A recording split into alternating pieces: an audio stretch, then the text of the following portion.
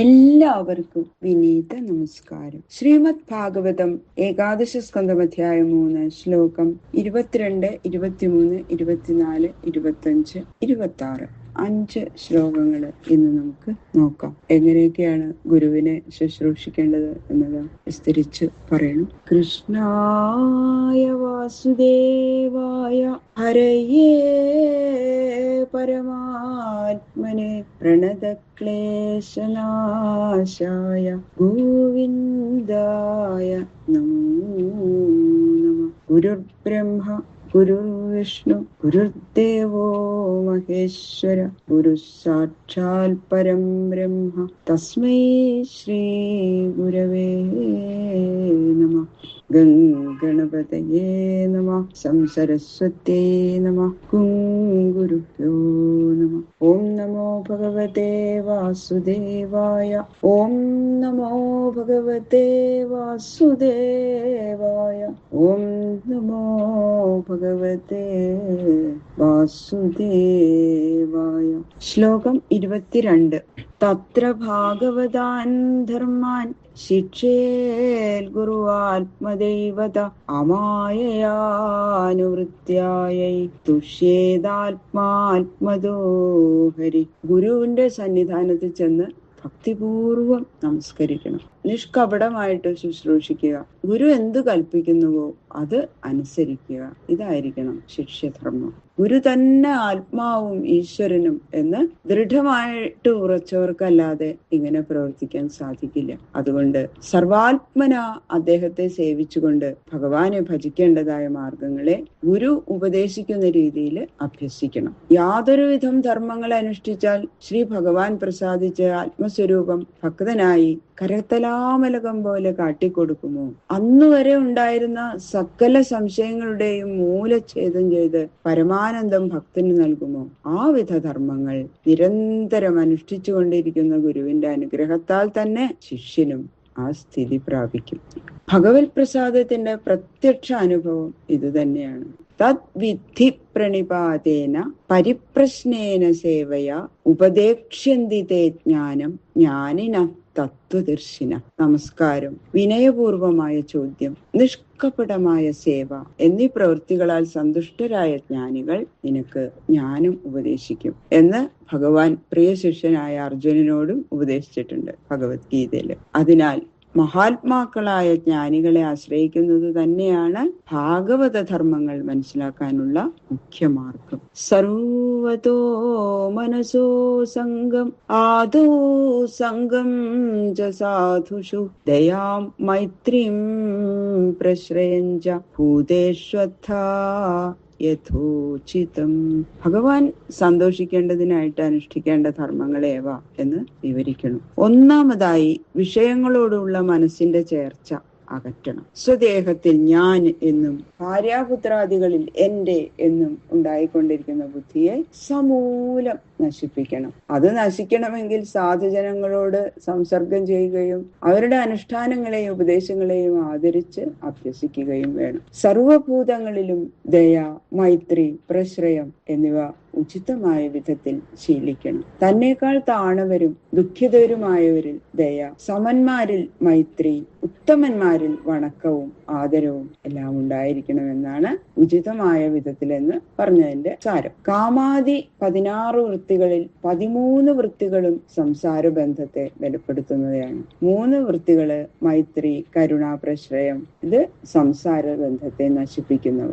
എന്നാൽ ഈ വൃത്തികളൊക്കെ എനിക്കുണ്ട്, താൻ ഭക്തനാണ് എന്ന് മറ്റുള്ളവരെ ബോധിപ്പിക്കാൻ വേണ്ടി കാണിക്കുന്നത് കൊണ്ടൊന്നും ഒരു ഫലമില്ല. യഥാർത്ഥമായിട്ട് ഇവയുണ്ടായിരിക്കണം എന്ന് കാണിക്കാനാണ് അർത്ഥ, അതായത് പരമാർത്ഥമായി എന്നർത്ഥമുള്ള പദം ഉപയോഗിച്ചിരിക്കുന്നത്.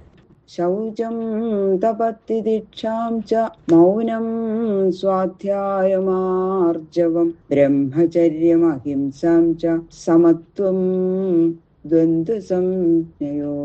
മണ്ണ്, ജലം ഇവ കൊണ്ട് ശരീരശുദ്ധി വരുത്തുന്നത് ബാഹ്യ ശൗചം. അഹങ്കാരം, കാപട്യം എന്നീ ദോഷവൃത്തികളില്ലാതെ ഇരിക്കുന്നത് ആന്തര ശൗചം. ഈ രണ്ടുവിധ ശൗചവും അഭ്യസിക്കണം. തന്റെ ധർമ്മം നടത്തുക എന്ന തപസ് സർവ ദുഃഖ കാരണങ്ങളെയും പ്രതികാരവാഞ്ച കൂടാതെ ചിന്താവിലാപരഹിതമായി സ്വകർമ്മഫലം തന്നെ എന്ന് നിശ്ചയിച്ച് സഹിക്കാനുള്ള ആ മനസ്സാന്നിധ്യം, വ്യർത്ഥമായിട്ട് സംസാരിക്കാതെ ഇരിക്കുന്നതായ മൗനം, അവനവന്റെ അധികാരത്തിനനുസരിച്ച് വേദം പഠിക്കുക എന്നർത്ഥമായ സ്വാധ്യായം, മനസ്സാ വാച കർമ്മണ പ്രവർത്തിക്കുന്ന എല്ലാ വിഷയങ്ങളിലും കപടമില്ലാതിരിക്കുക എന്ന ആർജവം, ബ്രഹ്മചര്യം, പ്രാണികളെ ദ്രോഹിക്കാതെ ഇരിക്കുക എന്ന അഹിംസ, സുഖം ദുഃഖം മാനം അപമാനം എന്നിവയിൽ മനസ്സിനെ വികാരപ്പെടുത്താതെ എപ്പോഴും ഒരേ രീതിയിൽ ഇരിക്കുക എന്ന സമത്വം, ഇവ അഭ്യസിക്കണം. സർവത്രാത്മേശ്വരാന്വേഷാം കൈവല്യമനികേതനം വിവിക്തചേരവസനം സന്തോഷം യേന കേനചിത്. സ്ഥാവരങ്ങളിലും ജംഗമങ്ങളിലും തനിക്ക് ഉപാസിക്കാൻ യോഗ്യമായ ഭഗവാൻ ഇരിക്കുന്നു. ആ ഭഗവാൻ തന്നെ തന്നിൽ ആത്മാവായിട്ടും ഇരിക്കുന്നു എന്ന് ബുദ്ധി കൊണ്ട് കാണുക. ഏകാന്തത്തിൽ വിഷയവിചാരം കൂടാതെ ഇരിക്കുക. ഗൃഹാദികളിൽ അഭിമാനം തീരെ ഉപേക്ഷിക്കുക. ശുദ്ധമായ മരവുരി മുതലായവ ധരിക്കുക. പ്രാരബ്ധാനുസരണം കിട്ടുന്നത് കൊണ്ട് സന്തോഷിക്കുക. ഇവ നിരന്തരം അഭ്യസിക്കണം. ആത്മാവ് സച്ചിത് രൂപൻ, ഈശ്വരൻ സർവത്തെയും നിയന്ത്രിക്കുന്നവൻ, നശിക്കുന്ന സർവ്വസാധനങ്ങളിലും ഇരിക്കുന്നുണ്ട് എങ്കിലും ആ സാധനങ്ങളുടെ നാശത്തിലും യാതൊരുവൻ നശിക്കാതെ ഇരിക്കുന്നുവോ അവൻ സദ്രൂപൻ. ആരാലും പ്രകാശിപ്പിക്കപ്പെടുവാൻ കഴിയാതെയും എല്ലാറ്റിനെയും പ്രകാശിപ്പിച്ചുകൊണ്ടിരിക്കുന്നവൻ ചിദ്രൂപൻ. സൂര്യനും ചന്ദ്രനും നക്ഷത്രങ്ങളും അഗ്നിയും യാതൊന്നിനെ പ്രകാശിപ്പിക്കുന്നില്ലയോ, യാതൊന്നിനാൽ അവ വിളങ്ങുന്നുവോ, അങ്ങനെയുള്ളതാണ് സ്വയം പ്രകാശ ചിദ്രൂപം. ഇതുതന്നെ ആത്മസ്വരൂപം. ആരുടെ ശക്തിയാൽ ഈ കാണപ്പെടുന്ന ചരാചരങ്ങളും അവരവരുടെ നിലയ്ക്ക് നിൽക്കുന്നുവോ, ആരെ ഭയപ്പെട്ടുകൊണ്ട് സൂര്യൻ ഉദിക്കുന്നുവോ, അഗ്നി തപിക്കുന്നുവോ, വായു ചലിക്കുന്നുവോ, ഈ വിധം ലോകത്തെ നിലനിർത്തുന്ന പരമശക്തനെ ഈശ്വരൻ എന്ന് പറയുന്നു. ഇങ്ങനെ ആത്മാവായും ഈശ്വരനായും ഇരിക്കുന്നത് വാസ്തവത്തിൽ ഒരു ചൈതന്യം തന്നെ ഉപാസ്യൻ ഉപാസകൻ എന്ന ഭാവേന വിളങ്ങുന്നു എന്ന് മനസ്സിലാക്കണം. ശ്രദ്ധാം ഭാഗവതേ ശാസ്ത്രേ അനിന്ദാമന്യത്ര ചാഭിഃ മനോവാക്കായ ദണ്ഡം ച സത്യം ശമദമാവപി. ഭഗവാന്റെ ഭക്തവാത്സല്യാദി കല്യാണ ഗുണങ്ങള് പ്രതിപാദിക്കുന്ന ശാസ്ത്രത്തിൽ അത്യന്ത ആദരം, അന്യശാസ്ത്രങ്ങളിൽ നിന്ദയില്ലായ്മ, പ്രാണായാമാദി അനുഷ്ഠാനത്താൽ മനസ്സിനെ അടക്കുക, മൗനത്താൽ ഒതുക്കുക, ആഗ്രഹമില്ലാത്ത വ്യാപാരത്താൽ കർമ്മം പരിശുദ്ധമാക്കുക, യഥാർത്ഥം മാത്രം പറയുക, അന്ധകരണങ്ങളെയും നേത്രാദി ബാഹ്യേന്ദ്രിയങ്ങളെയും ഒതുക്കുക എന്നിവ അഭ്യസിക്കണം.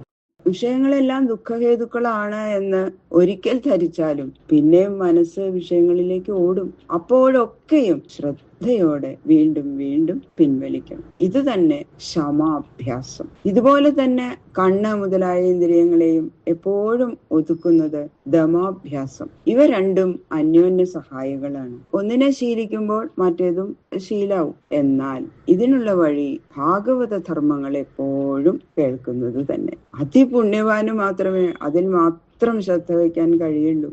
അന്യര് അങ്ങനെ ഇരിക്കുന്നില്ലെന്ന് കണ്ടാൽ അവരെയോ അവര് ശ്രദ്ധിക്കുന്ന അന്യശാസ്ത്രങ്ങളെയോ നിന്ദിക്കുന്നതായാലോ അത് നിയന്താവായ ഈശ്വരന്റെ മായയെ നിന്ദിക്കുന്നതിന് തുല്യമാണ്. അതുകൊണ്ട് മറ്റു ശാസ്ത്രങ്ങളെ നിന്ദിക്കരുത് എന്ന് പറഞ്ഞത് മാമേവയേ പ്രപദ്യന്തേ മായാമേതാം തരന്തിതേ, എന്നെ തന്നെ ആശ്രയിക്കുന്നവൻ എന്റെ ഈ മായയെ കടക്കും എന്ന് ഭഗവാൻ തന്നെ പറഞ്ഞിരിക്കുന്നു. അതിനാൽ ഭാഗവത ധർമാനുഷ്ഠാനത്താൽ ഭഗവാൻ പ്രസാദിച്ചതിന്റെ ലക്ഷണമായിട്ട് അന്യശാസ്ത്രങ്ങളിൽ തനിക്ക് ശ്രദ്ധയില്ലാതെ വന്നതിനെ പറ്റി സന്തോഷിക്കുകയും ഈ നില തെറ്റാതിരിക്കാൻ വീണ്ടും അതിനെ ഉറപ്പിക്കുകയും ചെയ്യുക എന്നല്ലാതെ അന്യരെ നിന്ദിച്ച് ഈശ്വരകോപം സമ്പാദിക്കാതിരിക്കാൻ നല്ലവണ്ണം ശ്രദ്ധിക്കണം. എന്നെപ്പോലെ ആചരിക്കാത്തവർ മൂഢന്മാര്, ഞാൻ പറയുന്നത് കേൾക്കാത്തവര് ബുദ്ധിശൂന്യന്മാർ എന്നിങ്ങനെ വിളംബരപ്പെടുത്തുന്നത് തന്റെ അറിവില്ലായ്മ തുറന്നു കാട്ടുകയാണെന്ന് ധരിക്കേണ്ടതാണ്. ബാക്കിയുള്ള ശ്ലോകങ്ങള് നാളെ നോക്കാം.